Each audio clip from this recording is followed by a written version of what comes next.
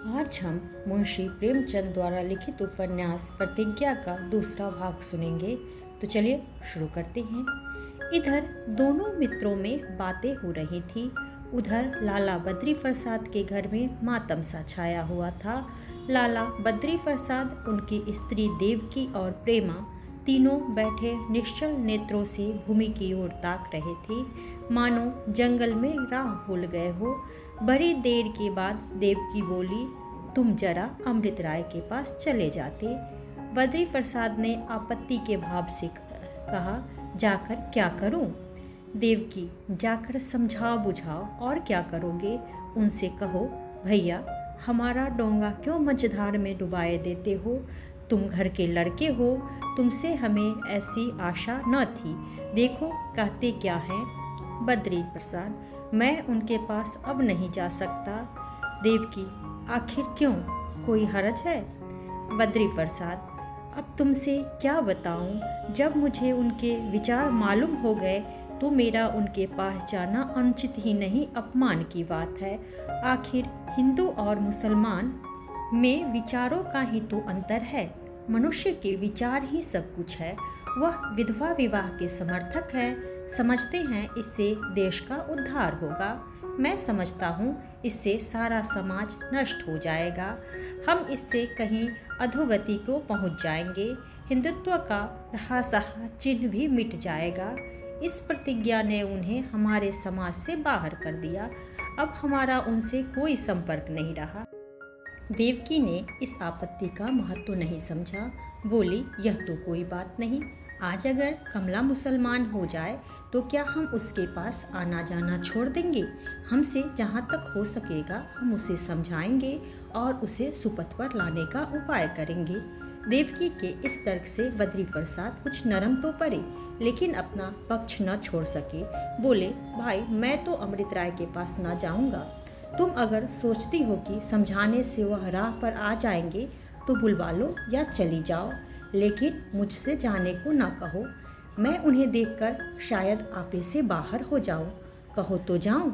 देवकी, नहीं, क्षमा कीजिए, इस जाने से न जाना ही अच्छा है। मैं ही कल बुलवा लूंगी। बद्री प्रसाद, बुलवाने को बुलवा लो, लेकिन यह मैं कभी पसंद नहीं करूँगा कि तुम उनके हाथ पैर पड़ो। वह अगर हमसे एक अंगुल दूर हटेंगे तो हम उनसे गज भर दूर हटे जाएंगे। प्रेमा को मैं उनके गले लगाना नहीं चाहता, उसके लिए वरों की कमी नहीं है। देवकी, प्रेमा उन लड़कियों में नहीं है कि तुम उसका विवाह जिसके साथ चाहो कर दो। जरा जाकर उसकी दशा देखो तो मालूम हो। जब से यह खबर मिली है ऐसा मालूम होता है कि देह में प्राण ही नहीं, अकेले छत पर पड़ी हुई रो रही है। बद्री प्रसाद, अजी 10-5 दिन में ठीक हो जाएगी। देवकी, कौन?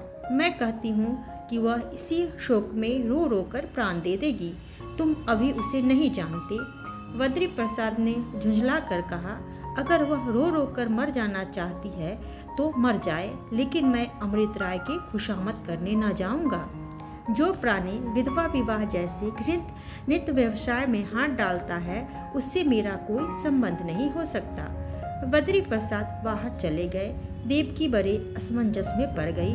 पति के स्वभाव से वह परिचित थी, लेकिन उन्हें इतना विचार शून्य न समझती थी। उसे आशा थी कि अमृत राय समझाने से मान जाएंगे, लेकिन उनके पास जाए कैसे? पति से रार कैसे मोल ले? सहसा ऊपर से प्रेमा आकर चारपाई के पास खड़ी हो गई। आंखें लाल हो गई थी। देवकी ने कहा, रो मत बेटी, मैं कल उन्हें बुलवाऊंगी। मेरी बात वह कभी न टालेंगे। प्रेमा ने सिसकते हुए कहा, नहीं अम्मा जी, आपके पैरों पड़ती हूँ, आप उनसे कुछ न कहिए। उन्होंने हमारी बहनों की ही खातिर तो यह प्रतिज्ञा की है। हमारे यहाँ कितने ऐसे पुरुष हैं जो इतनी वीरता दिखा सके। मैं इस शुभ कार्य में बाधक न बनूंगी। देवकी ने विस्मय से प्रेमा की ओर देखा। लड़की यह क्या कह रही है, यह उसकी समझ में न आया। प्रेमा फिर बोली, और तेरा क्या हाल होगा बेटी? प्रेमा ने गंभीर भाव से कहा, मुझे इसका बिल्कुल दुख नहीं है अम्मा जी। मैं आपसे सच कहती हूँ, मैं भी इस काम में उनकी मदद करूँगी। जब तक आप दोनों का हाथ मेरे सिर पर है मुझे किसी बात की चिंता नहीं है।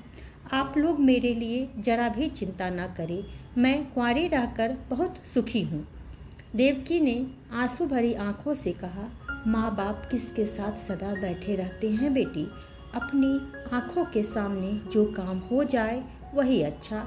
लड़की तो उनकी भी नहीं कुंवारी रहने पाती जिनके घर में भोजन का ठिकाना नहीं। भिक्षा मांगकर लोग कन्या का विवाह करते हैं।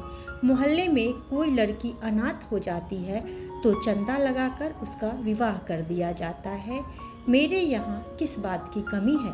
मैं तुम्हारे लिए कोई और वर तलाश करूँगी। यह जाने सुने आदमी थे, इतना ही था, नहीं तो बिरादरी में एक से एक परे हुए हैं। मैं कल ही तुम्हारे बाबूजी को भेजती हूँ। प्रेमा का हृदय कांप उठा। 3 साल से अमृत राय को अपने हृदय मंदिर में स्थापित करके वह पूजा करती चली आई थी। उस मूर्ति को उसके हृदय से कौन निकाल सकता था? हृदय में उस प्रतिमा को बिठाए हुए क्या वह किसी दूसरे पुरुष से विवाह कर सकती थी? वह विवाह होगा या विवाह का स्वांग? उस जीवन की कल्पना कितनी भयावह, कितनी रोमांचकारी थी। प्रेमा ने जमीन की तरफ देखते हुए कहा, नहीं अम्मा जी, मेरे लिए आप कोई फिक्र न करें, मैंने कुंवारी रहने का निश्चय कर लिया है। बाबू कमला प्रसाद के आगमन का शोर सुनाई दिया। आप सिनेमा के अनन्य भक्त थे। नौकरों पर उनका बड़ा कठोर शासन था। विशेषतः बाहर से आने पर तो वह एक आध की मरम्मत किए बगैर न छोड़ते थे। उनके बूट की चरमर सुनते ही नौकरों में हलचल पड़ जाती थी। कमला प्रसाद ने आते कहार से पूछा, बर्फ लाए? कहार ने दबी जवान में कहा, अभी तो नहीं सरकार। कमला प्रसाद ने गरज कर कहा, जोर से बोलो, बर्फ लाए कि नहीं? मुंह में आवाज़ नहीं है। कहार की आवाज़ अब की बिल्कुल बंद हो गई। कमला प्रसाद ने कहार के दोनों कान पकड़कर हिलाते हुए कहा, हम पूछते हैं बर्फ लाए कि नहीं? कहार ने देखा कि अब बिना मुंह खोले कानों के उखड़ जाने का भय है तो धीरे से बोला, नहीं सरकार। कमला प्रसाद, क्यों नहीं लाए? कहार, पैसे न थे। कमला प्रसाद, क्यों पैसे न थे? घर में जाकर मांगे थे? कहार, हाँ हुजूर, किसी ने सुना नहीं। कमला प्रसाद, झूठ बोलता है, मैं जाकर पूछता हूँ। अगर मालूम हुआ कि तूने पैसे नहीं मांगे तो कच्चा ही चबा जाऊँगा, रैस्कल। कमला प्रसाद ने कपड़े भी नहीं उतारे। क्रोध में भरे हुए घर में आकर माँ से पूछा, क्यों अम्मा, बदलू तुमसे बर्फ के लिए पैसे लेने आया था? देवकी ने बिना उसकी ओर देखे कि कहा, आया होगा, याद नहीं आता। बाबू, अमृत राय से तो भेंट नहीं हुई? कमला, नहीं, उससे तो भेंट नहीं हुई। उनकी तरफ गया तो था, लेकिन जब सुना कि वह किसी सभा में गए हैं तो मैं सिनेमा चला गया। सभाओं का तो उन्हें रोग है और मैं उन्हें बिल्कुल फिजूल समझता हूँ, कोई फ़ायदा नहीं। बिना व्याख्यान सुने भी आदमी जीता रह सकता है और व्याख्यान देने वालों के बगैर भी दुनिया के रसातल में चले जाने की संभावना नहीं। जहाँ देखो वक्ता ही वक्ता नजर आते हैं। बरसाती मेढकों की तरह टर किया और चलते हुए अपना समय गंवाया और दूसरों को हैरान किया। सब के सब मूर्ख हैं। देवकी, अमृत राय ने तो आज ढोंगा ही डुबा दिया, अब किसी विधवा से विवाह करने की प्रतिज्ञा की है। कमला प्रसाद ने जोर से कहा मार कर कहा, और ये सभाओं वाले क्या करेंगे? यही सब तो इन सभी को सूझती है। लाला अब किसी विधवा से शादी करेंगे, अच्छी बात है। मैं जरूर बारात में जाऊंगा, चाहे और कोई जाए या ना जाए। जरा देखो नए ढंग का विवाह कैसे होता है। वहाँ भी सब व्याख्यानबाजी करेंगे। इन लोगों के लिए और क्या होगा? सब के सब मूर्ख हैं, अकल किसी को छू नहीं गई। देवकी, तुम जरा उनके पास चले जाते। कमला, इस वक्त तो बादशाह भी बुलाए तो ना जाऊं। हाँ, किसी दिन जाकर जरा कुशल क्षेम पूछाऊंगा, मगर है बिल्कुल सनकी। मैं तो समझता था इसमें कुछ समझ होगी, मगर निरा पोंगा निकला। अब बताओ, बहुत पढ़ने से क्या फ़ायदा हुआ? बहुत अच्छा हुआ कि मैंने पढ़ना छोड़ छाड़ दिया। बहुत पढ़ने से बुद्धि भ्रष्ट हो जाती है। जब आंखें कमज़ोर हो जाती है तो बुद्धि कैसे बची रह सकती है? तो कोई विधवा ही भी ठीक हो गई कि नहीं? हाँ, कहाँ है? मिस्राइन, कह दो अब तुम्हारी चांदी है, कल ही संदेशा भेज दे। कोई और न जाए तो मैं जाने को तैयार हूँ, बड़ा मज़ा रहेगा। कहाँ है मिस्राइन? अब उनके भाग्य चमके। रहेगी बिरादरी ही की विधवाना, कि बिरादरी की भी कैद नहीं रही। देवकी, यह तो नहीं जानती, अब क्या ऐसे भ्रष्ट हो जाएंगे? कमला प्रसाद, यह सभा वाले जो कुछ न करे वह थोड़ा, इन सबों को बैठे बैठे ऐसी ही बेपर की उड़ाने की सूझती है। एक दिन पंजाब से कोई बौखल आया था, कह गया जात पात तोड़ दो, इससे देश में फूट बढ़ती है। ऐसे ही एक और जांगलू आकर कह गया चमारों पासियों को भाई समझना चाहिए, उनसे किसी तरह का परहेज न करना चाहिए। बस सब के सब बैठे बैठे यही सोचा करते हैं कि कोई नई बात निकालनी चाहिए। बुढ़े गांधी जी को और कुछ न सूझे तो स्वराज ही का डंका पीट चले। सभी ने बुद्धि बेच खाई है। इतने में एक युवती ने आंगन में कदम रखा, मगर कमला प्रसाद को देखते ही ड्योढ़ी में ठिठक गई। देवकी ने कमला से कहा, तुम जरा कमरे में चले जाओ, फुरना ड्योढ़ी में खड़ी है। फुरना को देखते ही प्रेमा दौड़कर उसके गले से लिपट गई। पड़ोस में एक पंडित बसंत कुमार रहते थे, किसी दफ्तर में क्लर्क थे। फुरना उन्हीं की स्त्री थी, बहुत ही सुंदर, बहुत ही सुशील।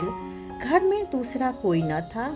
जब 10 बजे पंडित जी दफ्तर चले जाते तो यहीं चली आती और दोनों सहेलियां शाम तक बैठी हंसती बोलती रहती। प्रेमा को इतना प्रेम था कि यदि किसी दिन वह किसी कारण से न आती तो स्वयं उसके घर चली जाती। आज वसंत कुमार कहीं दावत खाने गए थे। पूर्णा का जी उब उठा, यहाँ चली आई। प्रेमा उसका हाथ पकड़े हुए ऊपर अपने कमरे में ले गई। पूर्णा ने चादर अलगनी पर रखते हुए कहा, तुम्हारे भैया आंगन में खड़े थे और मैं मुंह खोले चली आती थी, मुझ पर तो उनकी नज़र पड़ गई होगी। प्रेमा, भैया में किसी की तरफ ताकने की लत नहीं है, यही तो उनमें एक गुण है। पतिदेव कहीं गए हैं क्या? पूर्णा, हाँ, आज एक निमंत्रण में गए हैं। प्रेमा, सभा में नहीं गए? आज तो बड़ी भारी सभा हुई है। पूर्णा, वह किसी सभा समाज में नहीं जाते, कहते हैं ईश्वर ने संसार रचा है, वह अपनी इच्छा अनुसार हर एक बात की व्यवस्था करता है, मैं उसके काम को सुधारने का साहस नहीं कर सकता। प्रेमा, आज की सभा देखने लायक थी, तुम होती तो मैं भी जाती। समाज सुधारक पर एक महाशय का बहुत अच्छा व्याख्यान हुआ। पूर्णा, स्त्रियों का सुधार करने की आवश्यकता नहीं है, पहले पुरुष लोग अपनी दशा तो सुधार ले, फिर स्त्रियों की दशा सुधारेंगे। उनकी दशा सुधर जाए तो स्त्रियां आप ही आप सुधर जाएगी। सारी बुराइयों की जड़ पुरुष ही है। प्रेमा ने हंसकर कहा, नहीं बहन, समाज में स्त्री और पुरुष दोनों ही हैं और जब तक दोनों की उन्नति न होगी जीवन सुखी न होगा। पुरुष के विद्वान होने से क्या स्त्री विदुषी हो जाएगी? पुरुष तो आखिरकार सादे ही कपड़े पहनते हैं, फिर स्त्रियां क्यों गहनों पर जान देती है? पुरुषों में तो कितने ही कुंवारे रह जाते हैं, स्त्रियों को क्यों बिना विवाह किए जीवन व्यर्थ जान पड़ता है? बताओ, मैं तो सोचती हूँ कुंवारी रहने में जो सुख है वह विवाह करने में नहीं है। पूर्णा ने धीरे से प्रेमा को ढकेल कर कहा, चलो बहन, तुम भी कैसी बातें करती हो, बाबू अमृत राय सुनेंगे तो तुम्हारी खूब खबर लेंगे। मैं उन्हें लिख भेजूंगी कि यह अपना विवाह न करेगी, आप कोई और द्वार देखें। प्रेमा ने अमृत राय की प्रतिज्ञा का हाल न कहा। वह जानती थी कि इससे पूर्णा की निगाह में उनका आदर बहुत ही कम हो जाएगा। बोली, वह स्वयं विवाह न करेंगे। पूर्णा, चलो झूठ बकती हो। प्रेमा, नहीं बहन, झूठ नहीं है, विवाह करने की उनकी इच्छा नहीं है, शायद कभी नहीं थी। दीदी के मर जाने के बाद वह कुछ विरक्त से हो गए थे। बाबूजी के बहुत घेरने पर और मुझ पर दया करके वह विवाह करने को पर तैयार हुए थे, पर अब उनका विचार बदल गया है। और मैं भी समझती हूँ कि जब एक आदमी स्वयं गृहस्थी के झंझट में न फंसकर कुछ सेवा करना चाहता है तो उसके पाप की बेड़ी न बनना चाहिए। मैं तुमसे सत्य कहती हूँ पूर्णा, मुझे इसका दुख नहीं है। उनकी देखा देखी मैं भी कुछ कर जाऊंगी। पूर्णा का विस्मय बढ़ता ही गया। बोली, आज 4 बजे तक तुम ऐसी बातें न करती थी, एकाएक यह कैसी काया पलट हो गई? उन्होंने किसी से कुछ कहा है क्या? प्रेमा, बिन कहे भी तो आदमी अपनी इच्छा प्रकट कर सकता है। पूर्णा, मैं एक दिन पत्र लिखकर उनसे पूछूंगी। प्रेमा, नहीं पूर्णा, तुम्हारे पैरों पड़ती हूँ, पत्र वत्र न लिखना। मैं किसी के शुभ संकल्प में विघ्न न डालूंगी। मैं यदि और कोई सहायता नहीं कर सकती तो कम से कम उनके मार्ग का कंटक न बनूंगी। पूर्णा, सारी उम्र रोते काटेगी, कहे देती हूँ। प्रेमा, ऐसा कोई दुख नहीं है जो आदमी सह न सके। वह जानते हैं कि मुझे इसमें दुख नहीं हर्ष होगा, नहीं तो वह कभी यह इरादा न करते। मैं ऐसे सज्जन प्राणी का उत्साह बढ़ाना अपना धर्म समझती हूँ, उसे गृहस्थी में नहीं फंसाना चाहती। पूर्णा ने उदासीन भाव से कहा, तुम्हारी माया मेरी समझ में नहीं आती बहन, क्षमा करना। मैं यह कभी ना मानूंगी कि तुम्हें इससे दुख ना होगा। प्रेमा, तो फिर उन्हें भी होगा। पूर्णा, पुरुषों का हृदय कठोर होता है। प्रेमा, तो मैं भी अपना हृदय कठोर बना लूंगी। पूर्णा, अच्छा बना लेना, तो अब न कहूंगी। लाओ बाजा, तुम्हें एक गीत सुनाऊं। प्रेमा ने हारमोनियम संभाला और पूर्णा गाने लगी।